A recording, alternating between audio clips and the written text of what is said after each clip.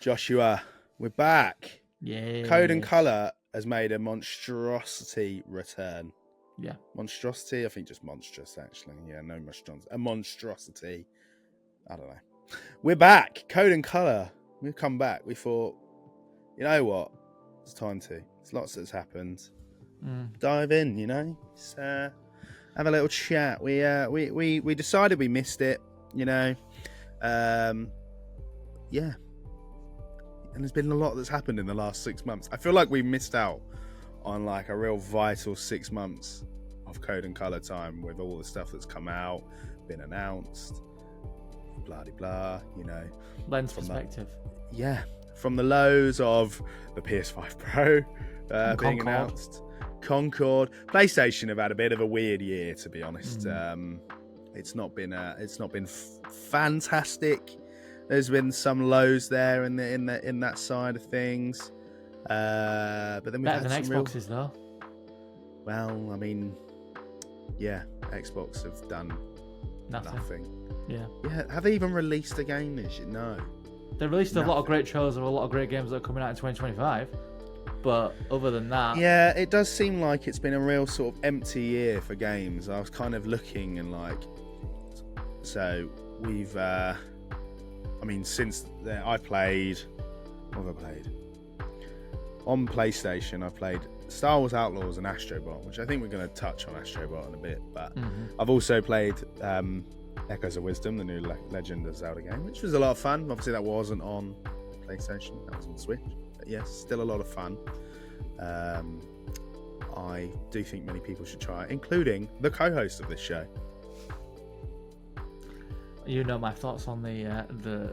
I just don't like the art style. I you know what? I can't get by it. I play Breath of the Wild. I'm going backwards. No, I want to go forwards. I want to play Zelda in a Breath of the Wild engine.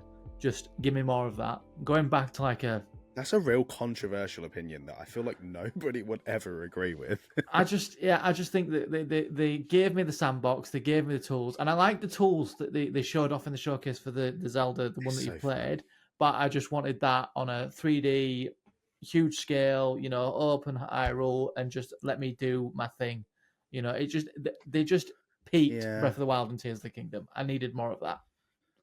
I mean, I do get that.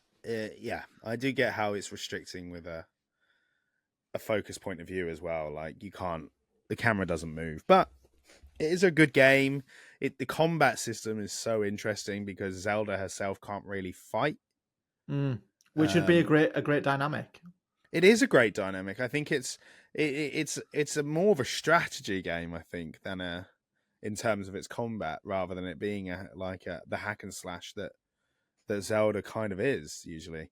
It's interesting. I really liked it. Do you know why it looks like that though?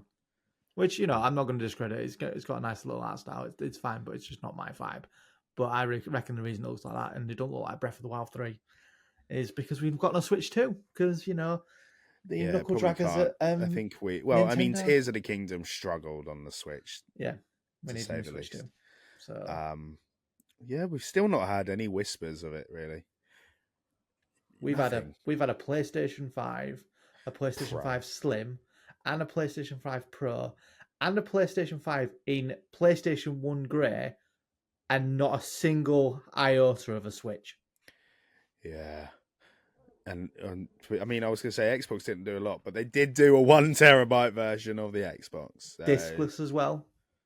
Oh, don't even talk to me about the fact that PlayStation went... you have to buy the disc tray separately. How did we get here? This is like when iPhones and actually any modern phones started releasing their chargers separately. How did we get here? No headphones, then no chargers, no disc trays, and yet the prices for a handset are still going up. Yeah, ridiculous. £700. Yeah, I mean, it's for better crowds in the background. Thanks, PlayStation. I appreciate that. What else have we had in this brief little catch up before we get into it today? We've had. I'll tell you what we haven't had. No PlayStation exclusives. Well, Astro Bot.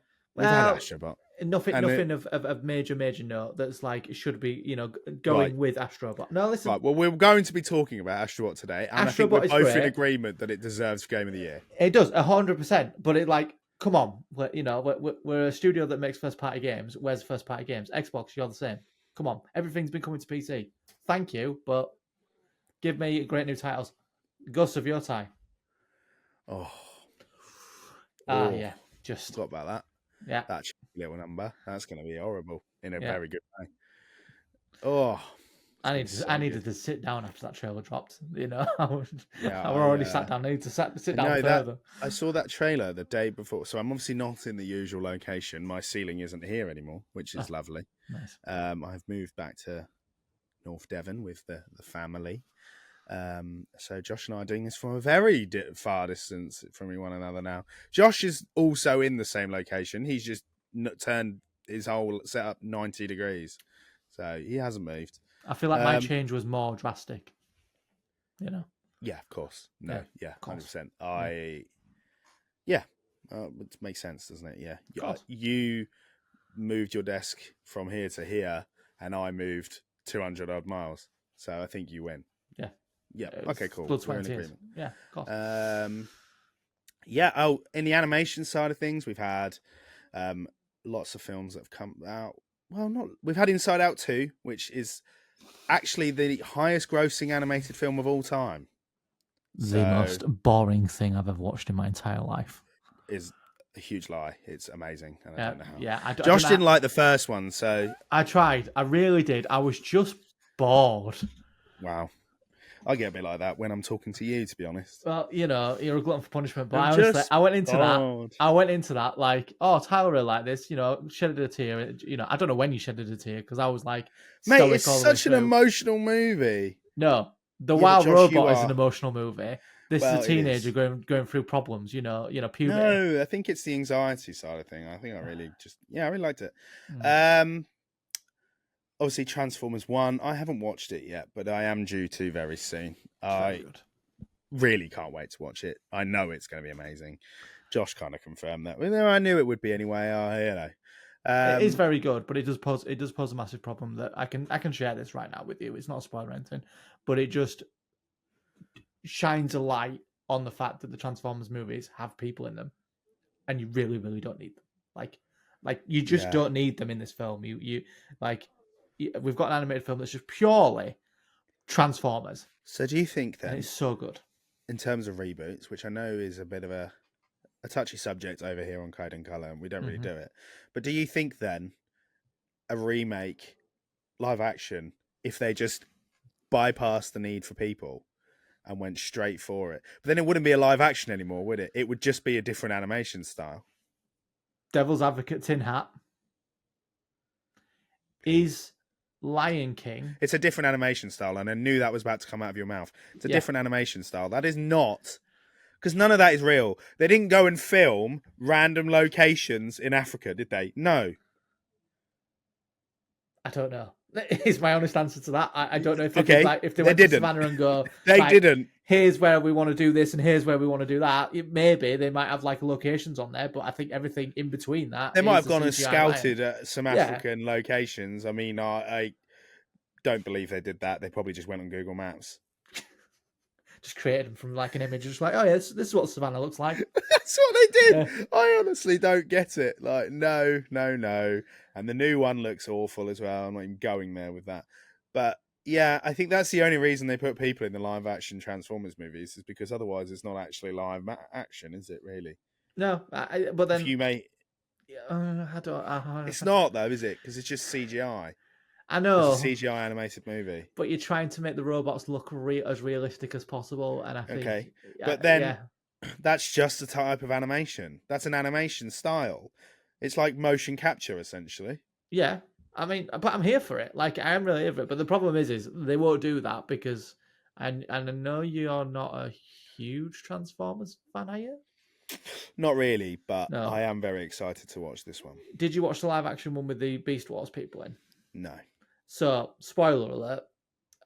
Go ahead. I don't know when you can do it. So, for our fans who are tuning in, the Beast Wars ending alludes to the fact that they're going to cross over with G.I. Joe.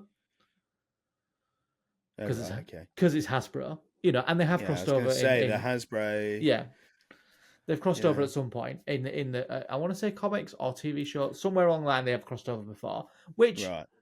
fair enough. If that's what they're going to do, that's what they're going to do. Fine, I'm all right with that. And I think, but I just don't think that's the direction they need to go in. What they need to do is they need to take the first 10 minutes of Bumblebee and make a movie of that, and that's it. That's all they need What, to do, and just they'll just have battering loads of the money. crap out of each other.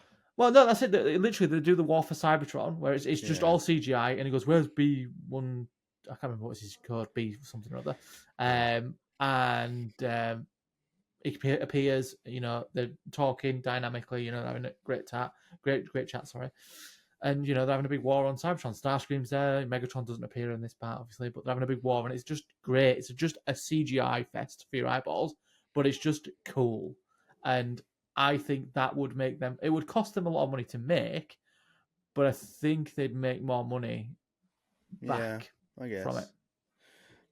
I think. I mean, I haven't watched it, but the reception it's been getting, and like the OG Transformers movies and stuff, and the TV shows and that, so all animated, and it works. I mean, it works. And I think the same about Teenage Mutant Ninja Turtles. There's just some. I think as a society, we need to sort of accept that some franchises do not work in live action. The Turtles movies do not work. They just look so ridiculous that I just don't think they suit the world that they live in. They're almost too outrageous of a design for a character that they don't translate very well. I don't think. That's just a personal opinion, right? And and I think the same with Transformers, because I think nobody cares about the human. No, right? No, and like you shoehorn in your Megan Fox, which fantastic when you're a 14-year-old boy, fantastic. But you grow up and you kind of realize, doesn't really add anything though, does it? Yeah, having these people. It don't matter who you put into it. Like there's Stanley Tucci in one of them. There's Kelsey Grammer, Mark Wahlberg's in it, and I'm just like, I just don't care. No, I want to watch robots beat each other up. Yeah. Yeah. You know what I mean? 90 minutes. If I wanted to watch that in live action, I'd watch Robot Wars. Do you know what I mean? Yeah. Which I did a lot. I think going off that as well, I think another thing that doesn't translate well to live action, Tomb Raider. Oh, I disagree. I do disagree. I love those Angelina Jolie movies. But I do really love the new show. The new animated show is so good. Like, Josh kept being like, I don't want to watch it. It's had lots of bad rep. Like, rah, rah, rah. It's amazing. It's so good. It's sick. Right, it is. I've watched a couple of episodes. It is decent. I'm not being on it as much as I should have been, and that's on me. But wow. I do think that they are missing the holy grail of castings if they ever do a live action of Hayley Atwell being Lara Croft. I think they like this rebranded version of her where she's younger. I don't necessarily love that, and I think that's what puts me off those sort of the reboot trilogy of the games, is that she's just. I liked Tomb Raider being an already established Tomb Raider, right? Lara was already established. Yeah, I've played them. I've got them all on my PlayStation. Oh, fair, okay. I've played them. Like, I liked the OG one for the fact that she was established. She was hard as hell, man. You know what I mean? She kick ass. That's what I want to. That's what I liked. And then I kind of liked that Angelina Jolie was a bit like that as well. Like, she had that sort of swagger about her. She knew what she was doing. I do think those films are good. And I watched them earlier this year, actually. And do you think those films are good, or do you think Angelina Jolie is good? Both. I'll be honest with you, both. I'm not going to lie. You were pretty much the same age demographic, and I was fairly young, teenager when that film dropped, and there is a nostalgia in there, I mean, don't get me wrong, she looks amazing as unreal. Yeah, but I do think those films are good. Like her little banter she has with Daniel Craig, and you've got Daniel Craig's in it. I mean, James Bond's in it. And what's his name? The guy that plays Jorah Mormont in Game of Thrones. He's in the first one. The second one is banging Pandora's Box. I love it. I'm all about it. I actually love those movies, and it's just huge for me. Like, I have always been a huge Lara Croft fan. How many times can you say Forever. huge? Thinking about Lara Croft. Huge. Anyway, but yeah, but there's obviously been the animated show, which was awesome. Yeah, I think it does the sort of younger version of her justice. But it does seem like she already kind of knows what she's doing as well. Like, she seems very established.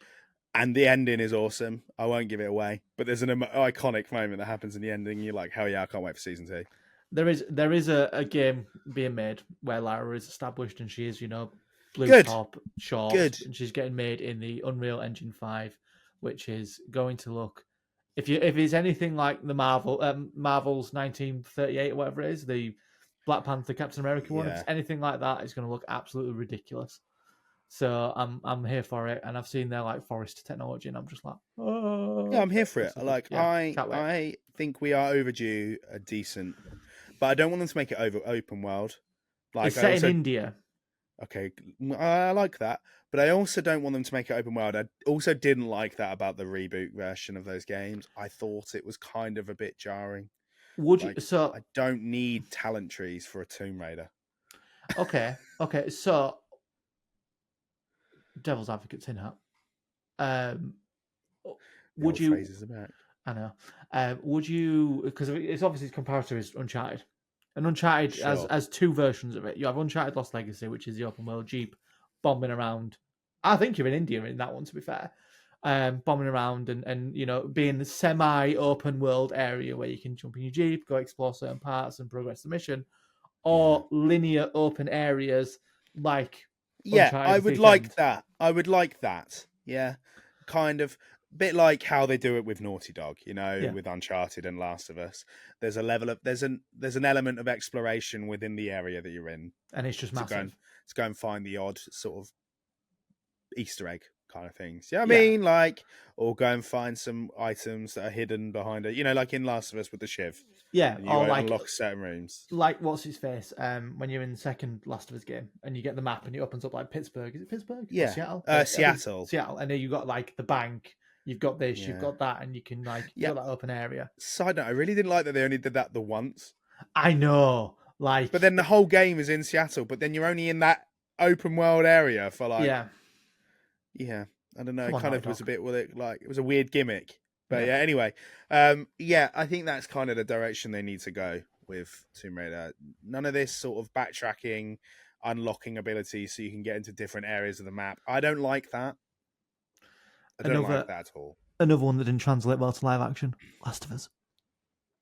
Yeah, we were talking about this yesterday. You were kicking off about that the other day. I was kicking off. Well, it's because I'm currently replaying the first game, as Josh is well aware, and I have absolutely nearly finished it in 2 days already. So yeah, you rinsed through that. I did the first time. But I do think the first game is so much shorter than the second game. Because it took me ages to finish the second game. Yeah. The second game is a lot longer than the first game by a country mile. That doesn't translate well. But I think, Tomb Raider, just get it right. But the animated show has been awesome. There's been a severe lacking of animated TV shows this year, I think. Obviously, we've just had Arcane come back for season 2. I haven't started it yet. Josh has, and he said he was very confused. Yeah, I love Arcane, and I like the dynamic, Vi and Kate and all the different characters. Like, I'm trying to get to know people. There's new people introduced, and I'm like, who are you? All people from the last series, I'm like, who are you? And like, they're going down a route, and I'm like, why? Like, what's triggered this? And they're talking about something and something else, and I'm like, where's this fit into the first one? And I'm like, this needs not do a Stranger Things thing where it's like, oh, we'll set up a part 1 here and we'll release the episodes every week. No, it's Netflix. Yeah, but they did that in the first season of Arcane. Did they? Yes, so they did the 3 parts last time. That's how they did it in the first season. Oh, well, fair enough if they did it, because I came into it because obviously it comes in 3 arcs, doesn't it? Does it? It's yes. So you've got, when you watch the first season, they're younger, aren't they? And Jinx still goes by Powder. Her Powder, yeah. Yeah. So she's still got this, and it ends with the first arc. By the third episode, it ends with that guy dying, and then she becomes Jinx, right? And then it's the second arc, and then the third arc. And I can't remember what happens, so I haven't watched them, and I think I'm going to re-watch them before I move over to. I would. Yeah, well, I bet you wish you did. Yeah, I really did. And you watched them more recently than I did. Yeah, I was like, right, why is this happening? This and because obviously, you do the end of the last episode of thingy. She fires the giant rocket, shark rocket. Yeah, and then it starts off from there, and it's like okay, and then there's like the things of that, and I'm like, who's that person? Who's that? What? Yeah, and I'm like confused. Yeah. So yeah, that's it's been a fun year. I think I'm trying to think what else. Are we almost up to date? What else has come out since many a season of Fortnite, which Josh has got massively into for a while. We got him on. So arguably some of the worst seasons of Fortnite, if I do say so myself. I have played a lot of games, and I've been making a list of them as well, actually. Few games that I've played, not necessarily that come out this year. I just want to give a shout out to these games because I've never played them and they're very old, and that is the Life is Strange series. I played the first one and the Before the Storm one, which is a prequel to the first game. Fantastic games. Highly recommend. What else have I played? We've been playing a lot of Helldivers lately, Josh. We have. Democracy. We've really been banging that out again. Shouts out to my little brother Jake. He's been in our squad. He's been getting in on that. I've played both the God of War games, the rebooted ones, both of them since then. We played Valhalla for a spell, and I played it for a while and I really got bored. Really bored, yeah.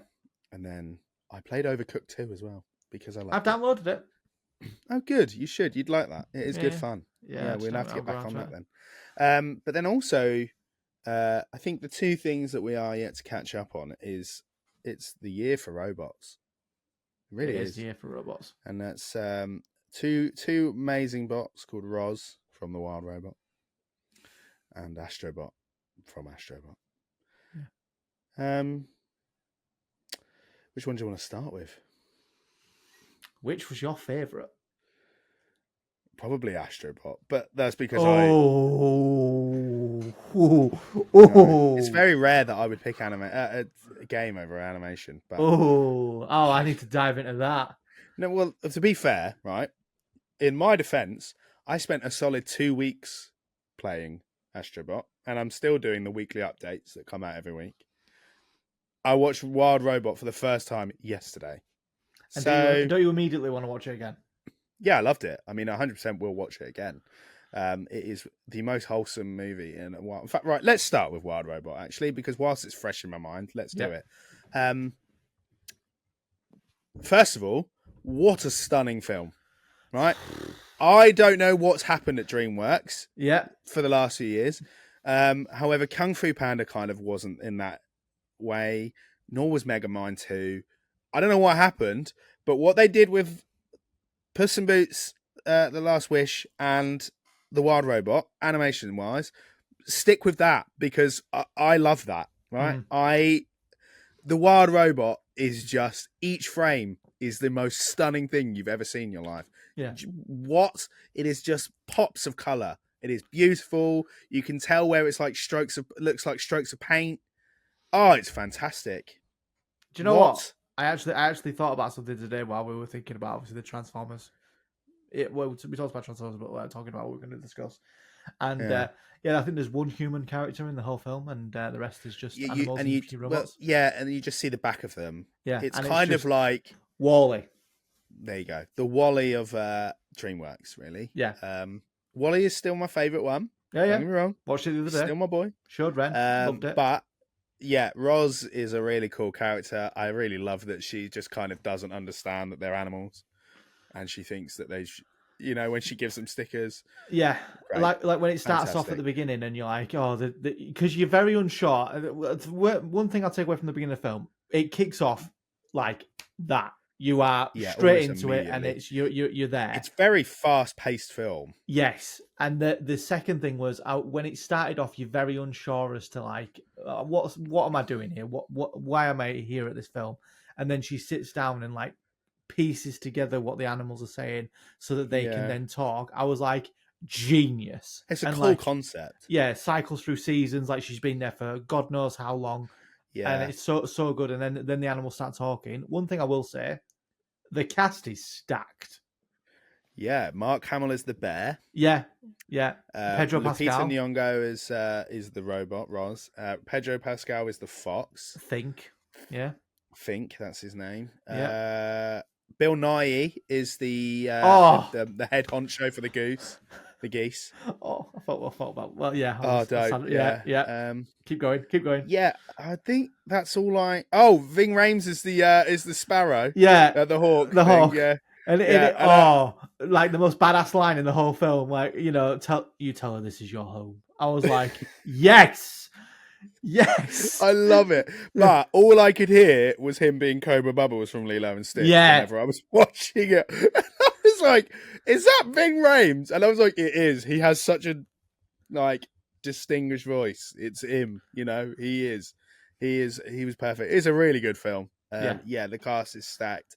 I love some of the jokes. And Catherine O'Hara is the possum mum. Yeah.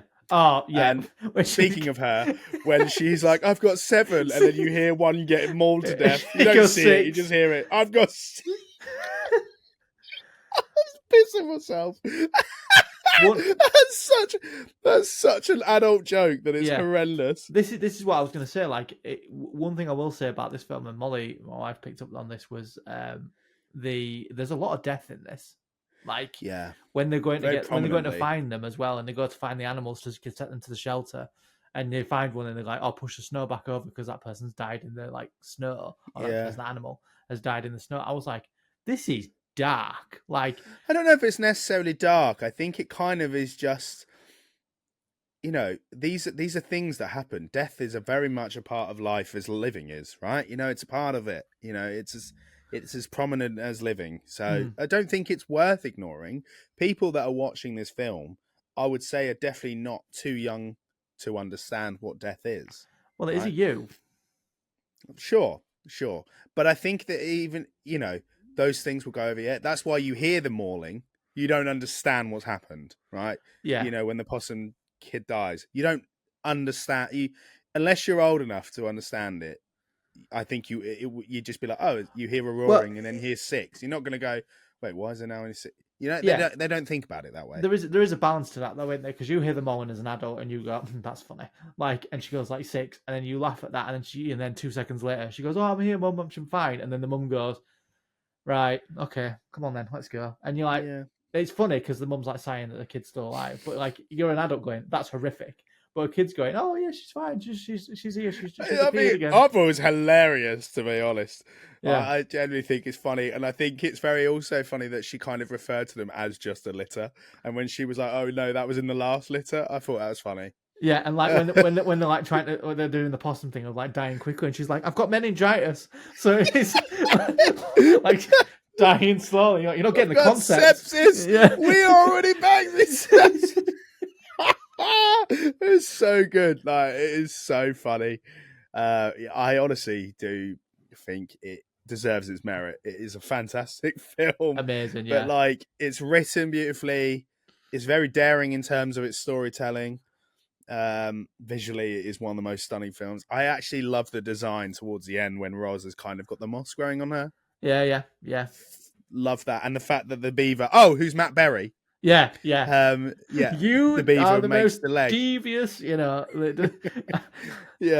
I love that it's him. And he made that wooden leg that she gets. I was like, oh, that's sick. Yeah. But I also didn't clock for ages that she had actually lost a leg.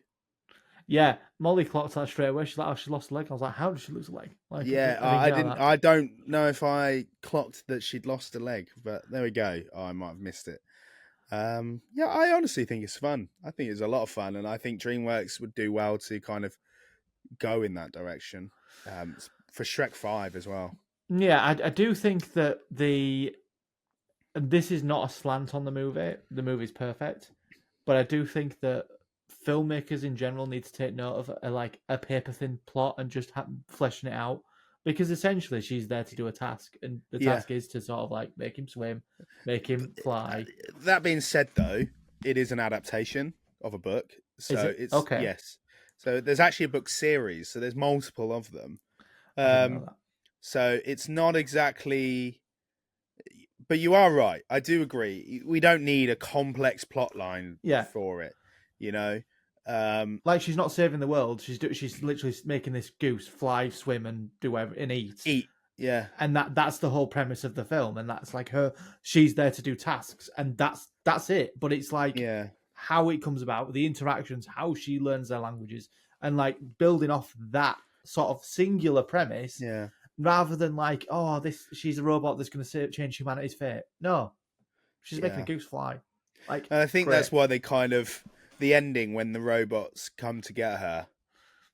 I think that's kind of why it's like hard and fast, like it's over and done with. You know, like it wasn't a big central. It wasn't like 40 minutes of the film. It was like quite literally the last 15 minutes that they come. You know, it's like okay, cool. And she goes, you know what? Yeah, I gotta go. I've got to accept they're gonna keep coming. And she goes.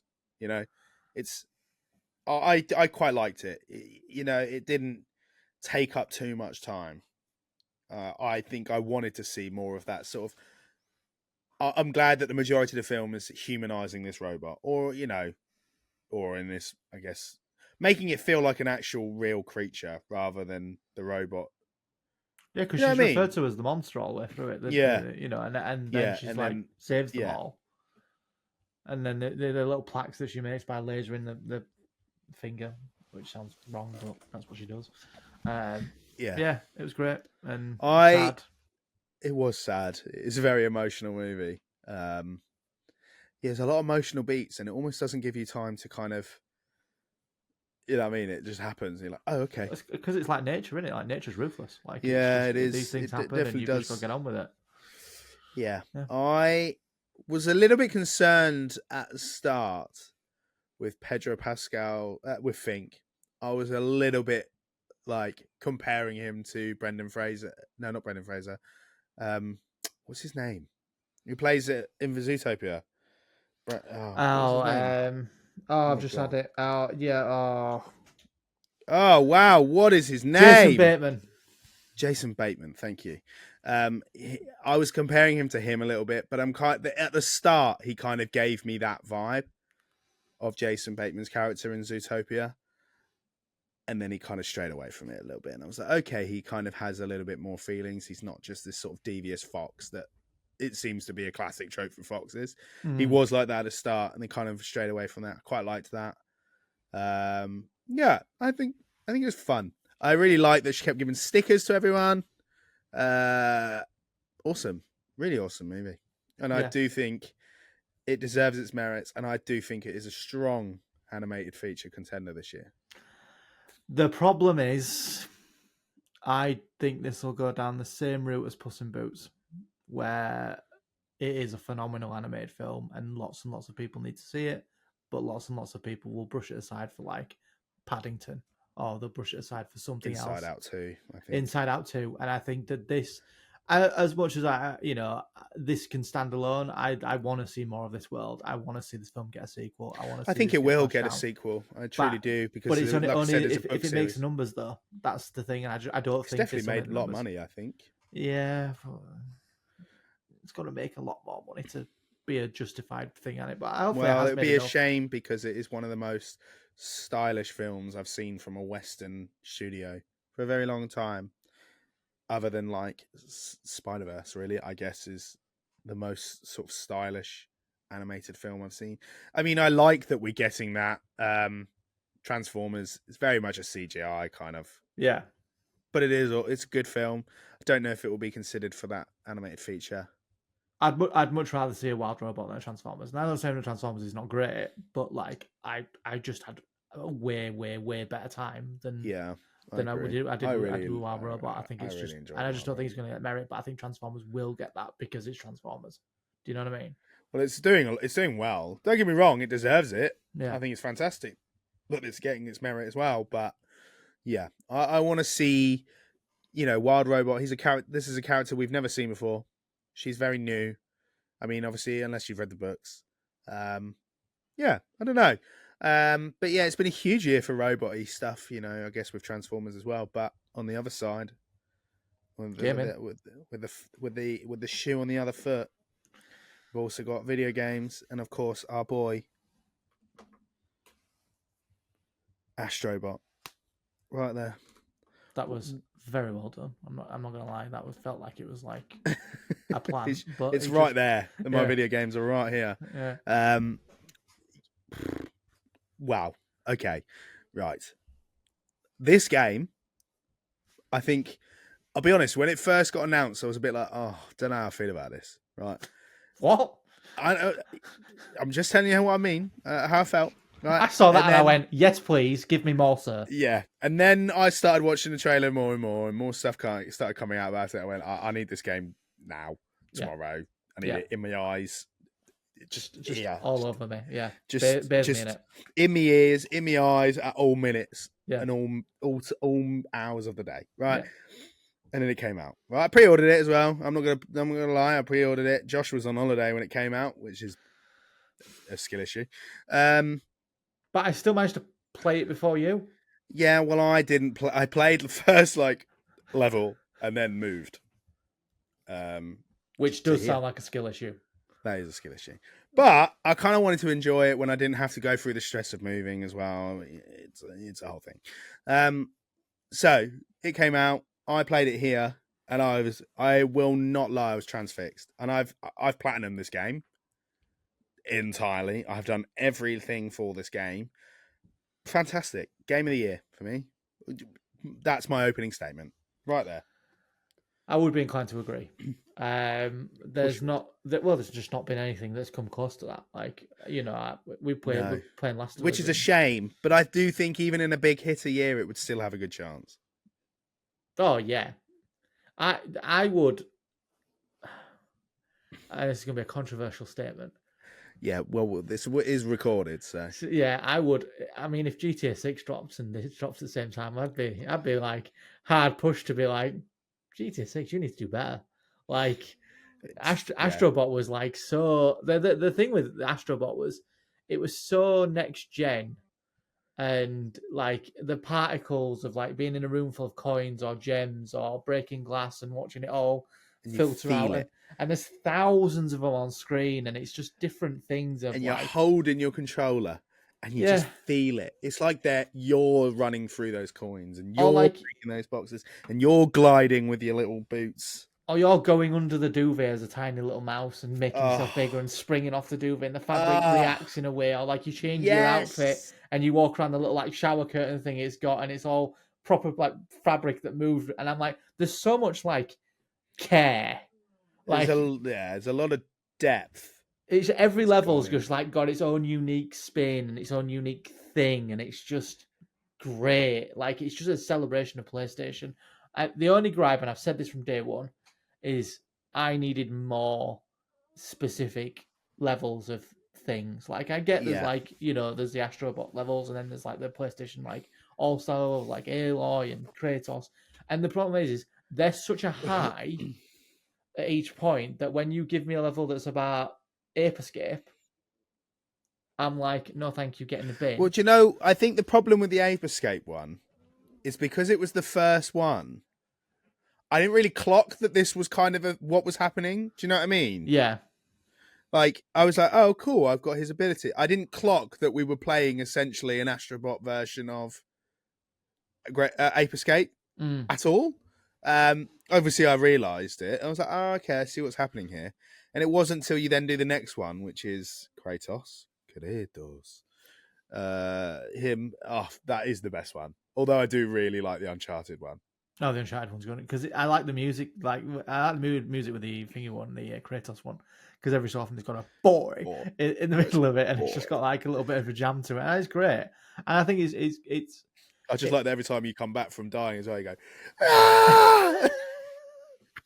And it's just cool. Like, you can't explain it without actually like playing it. Like, I just want more people to play it to say like, it's so there's so much. All this game is made by PlayStation fanboys who are like fans of all the material and everything that's ever come out. And I just think that like I played this. I was excited for it, but I'm more excited for a sequel because I just want them to like flesh out. I want a Ghost of Tsushima level. I want a Ghost of Yotai. I want to play, you know, a Bloodborne level, you know, that's like rock hard. Yeah, or, I think they've got the art style. You know what I mean? The trouble I have with it is I like that they did Loco Roco. That was good. Yeah, I forgot about that. It's a slightly different game, right? It kind of, the problem with, as much as I love Horizon, Uncharted, and God of War, the dynamic for those levels is very similar. Yeah, not the same. Yeah. They're all awesome. I love using the bow and arrow, and I love using the Leviathan axe, sorry. And I love having a gun. No, cool, right? But it would have been nice to see something like, I don't know, a Spyro or Crash Bandicoot or something kind of different. I think it was all very much games that had come out like this sort of later generation of PlayStation. Really. Yeah. Why didn't we get a Wipeout or a Gran Turismo? Like, why didn't we get a racing level? Yeah, I'm surprised there wasn't a racing level. Yeah, like an Astro Bot, like Mario Kart. Do you know what I mean? Like you've got Astro Bot versions. Yeah, Astro Bot versions of like Mario Kart where you could pick different characters from PlayStation and they're all Astro Bot styles. That's just so money, isn't it? It's You're just so printing good. money there, right? It's so good. Like they've not made a new Mario Kart because it makes so much money. Like you've got all these All-Stars that you've got all the licenses for, and you've got Tomb Raider riding a Velociraptor, as one of the Mario Karts. Would be great. Nathan Drake in his Jeep. Yeah, there's so many. There's so many. And Kratos on his sled. Yeah, I'm printing money for your PlayStation right here. I want a royalty. Do you know what I mean? I'm just thinking of like characters that have got like transports, and I'm like, Wipeout is one, Gran Turismo cars another. I mean, we were just sat here saying, how it's amazing, and we immediately started to slam it, which isn't the case, right? The levels are amazing. Yeah. The abilities that you get to use are awesome. My favorite ones are the punching frogs, where you get to extend your fists. Yeah. They're my favorite ones. I say my least favorite one, the friggin' bulldog. Yeah. Stunning! Don't like that one. I really liked the stop time one, and I hate that you only used it once. Yeah, I like the chicken one. Because you could feel it like pulling stuff out of the ground. Yeah. But I didn't mind the elephant one where you suck up the stuff either. I quite liked that one. Yeah. There's just the problem is, and it's not a slant on the game. Like the game's perfect, but there's just like you give me something, and then I immediately want more of it, and I'm like, oh, actually, you've given me a gun section. You've given me a throwing an axe. Like what? Why? And like, just doing the Kratos one or doing the Aloy one, right? You've given me their costumes. Why can't I dress up as them? Yeah, it is weird that you can't. In fact, none of the characters, none of them, none of the ones that you end up playing as, you can dress up as. Can you dress up as an ape? You dress up as an ape, but you can't dress up as Spike. Yeah, and you've got like Jak and Daxter, you've got Ratchet and Clank, you've got all these different and you got Go Invisible, and then there's all these different things, and I'm like, right, okay, why can't I go around as Tomb Raider? You've got Tomb Raider, you've got a clicker, which doesn't even look like a clicker. Yeah, why can't I go around as Ellie or Joel? Like you unlock the characters, that should then unlock the outfit, and then you've got. I thought that was what was going to happen. Yeah, exactly. That's like when I was like churning out, getting the stuff. I was like, oh, I don't care about what the speeder looks like, the ship thing looks like. I'm not bothered about that. But like, I'm trying to get the ball things in the vending machine to look like a character from the TV show, from one of the games, and it was they were odd. And I also did not like the final character you pick up for the hardest challenge. I have no idea. I didn't mind it. You hate it a lot more than I did. Yeah, because he's just like he's that 30-year-old, and I'm like, yeah, fine. He was a generation of he's like OG PlayStation, Josh. Yeah, but like for those that don't know, is it the Grandmaster from Parappa the Rapper? Yeah, kick, punch, it's all in the mind. Yeah, him. Yeah, yeah.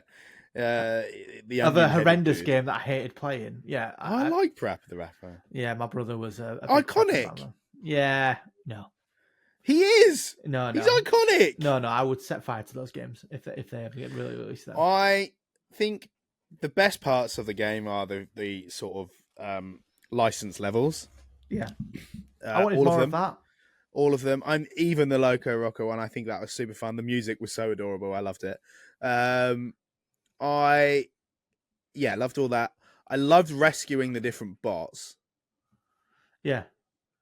And I did love the different abilities, and I actually, as much as I wanted to launch my control every time, I really liked the levels that were the triangle, the circle, the X, and the square. They were great. Really, like the element of really kind of difficult. Like they're hard. Yeah, they are hard. They're harder than the last level. Oh, I don't know. No, I disagree. Oh, really? Oh, I wholeheartedly disagree. There were one I couldn't do where it's the duck that you've got to like wet the volcano. Oh yeah, I know. You remember you telling me about that? I didn't mind. See, it took me a few times, but I knew I knew the strategy straight away. I just kept messing it up. I really liked those. It's a fantastic game. Honestly, I mean, it was a bit of a sneaker this year. That one, it came out of nowhere, and everyone went, "Hell yeah!" PlayStation, make more of them. Market Astro Bot like Nintendo do with Mario. I want them to milk the absolute shit out of Astro Bot. I want to see it, and I hope it kind of tells them that we need more platformers on PlayStation. We really do. It's the perfect marketing tool. Like, it cannot be overstated that it is the perfect marketing tool. Because when you were playing Loco Roco, I was like, I could play a full game of this. Well, I thought the same with Uncharted. I was like, damn, I want to play those games right Yeah, now. exactly. Yeah, exactly that. Yeah, so for me, it was, And if I can give some feedback for the second game, put Rayman in it. Don't piss me off. Okay. He's like OG PlayStation. Okay. Ubisoft have put their claws into Rayman, and it's not in coke on a TV show that's absolutely crap. So... That is true, yeah. They kind of have ruined Rayman for me there. Oh, Ubisoft have ruined a gaming franchise because they've got no idea how to market their games. Piss poor effort. Don't even go there. Outlaws is good. Oh, I haven't even spoken about Outlaws, but yeah. You know. Do you know why I haven't spoken about Outlaws? Because it's that forgettable. Well, it's because you haven't played it. Yeah, but we still spoke about Transformers, and you haven't seen it. Yes, but you haven't played Outlaws, so I do need to play Outlaws, to be fair, but there's just been fun. I would lend you it, but you've got nowhere to put it in your bloody console. Alright, well that just hurts my feelings, but it's okay. Yeah, well, you having a discless console hurts my feelings as well. But I think that's us caught up on where we kind of left things, really. I think we've touched base on everything that's kind of happened that was watchable or playable between May, which is when our last episode was, and now we're going back to YouTube, which you'll tell. Probably pointless me saying this at the end of the episode when you're already halfway through or 99% of the way watching it. But we're back on YouTube. You know, vertically, it's restricting. We needed to. You'll still get verticals, which you'll have seen. But yeah, we're back. We're going to be back as often as we can. Edited and not unedited and unfiltered. So get used to it, babes. Right, you might already have just ruined those privileges. Anyway, folks, it's been lovely to see you all, and we'll see you real soon for the next one. Lots to talk about. We're back just in time for Oscar stuff, Game of the Year awards. 2025 is imminent, and from the looks of things, 2025 should be the greatest year in video games and TV history and film history. So, you know, we're back for all that, and we'll talk about all upcoming stuff. And we'll see you soon. Cheers for having us back.